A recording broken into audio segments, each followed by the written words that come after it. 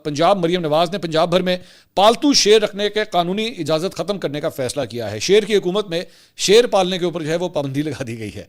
और उन्होंने ये बेसिकली एक 8 साल बच्चा है वाजिद, जिसका बाजू ज़ाया हो गया, उस वाक़े के बाद जो है ये सख्त तरीन नोटिस जो है इसका लिया गया और ये बच्चा जो है ये गंगाराम अस्पताल में इस पर उसे मुंतकिल किया गया है और इसे जदीद बायो मैकेनिक आर्म लगाने की भी वज़ीर आला की जानिब से हिदायत की गई है। और वज़ीर आला मरियम नवाज़ ने वाक़े को दानिस्ता छुपाने, झूठ बोलकर हक़ाइक़ छुपाने और मुकामी अस्पताल में वाजिद का बाजू काटने पर सख्त कानूनी कार्रवाई की भी हिदायत की है। मरियम नवाज़ ने नन्हे वाजिद और उसके वालिदैन से इज़हार हमदर्दी और बच्चे की मुकम्मल तिब्बी देखभाल की भी उन्होंने हिदायत की है।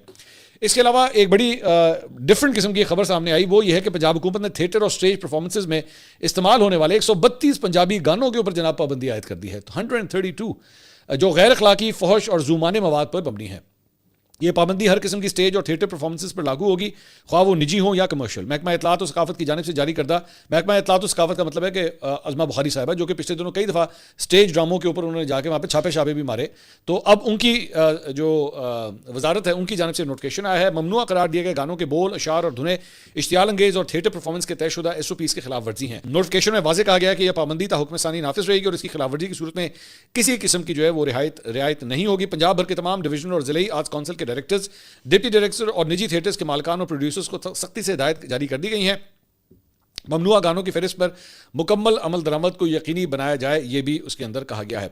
पुलिस की जानिब से एक अलहदा ऐलान भी किया गया है कि बसंत के दिनों में साउंड एक्ट सख्ती से नाफिज किया जाएगा। ऊंची आवाज़ में म्यूजिक सुनने या बजाने वालों को गिरफ्तार किया जाएगा ताकि अवामी अमन व अमान को बरकरार रखा जा सके।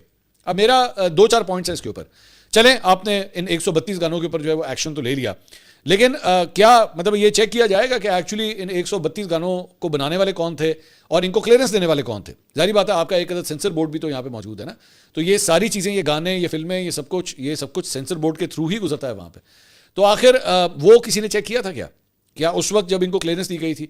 और क्या ऐसा मुमकिन है कि, मैं सिर्फ एक सवाल कर रहा हूँ, इस ज़हन में रखिएगा, मैं अभी अपनी राय नहीं दे रहा इन गानों के ऊपर, मैं सिर्फ एक सवाल कर रहा हूँ कि क्या ऐसा हो सकता है कि एक हुकूमत जो है वो कुछ पर्टिकुलर गानों को पहले क्लियर करे और उसके बाद आइंदा आने वाली हुकूमत जो है उन गानों को जो है वो बैन कर दे कि नहीं जी उस हुकूमत के मुताबिक ये ठीक थे, इस हुकूमत के मुताबिक ये अच्छे नहीं है। अब मुझे नहीं पता, I will have to check, क्योंकि जाहिर बात है मैं क्लियर नहीं जानता इस बारे में कि ये गाने जो हैं इनमें से हो सकता है कई एक्चुअली नून लीग की हुकूमत के दौरान ही बने हुए हों, ऐसा भी तो हो सकता है ना। मतलब जब शहबाज शरीफ साहब चीफ मिनिस्टर थे, मुझे चेक करना पड़ेगा कि कौन कौन से ऐसे गाने थे। सो बड़ी अजीब सी बात लगती है ये, लेकिन चलें, अब आपने अगर कर ही दिया है तो ज़्यादा कॉन्सेंट्रेशन इस बात के ऊपर की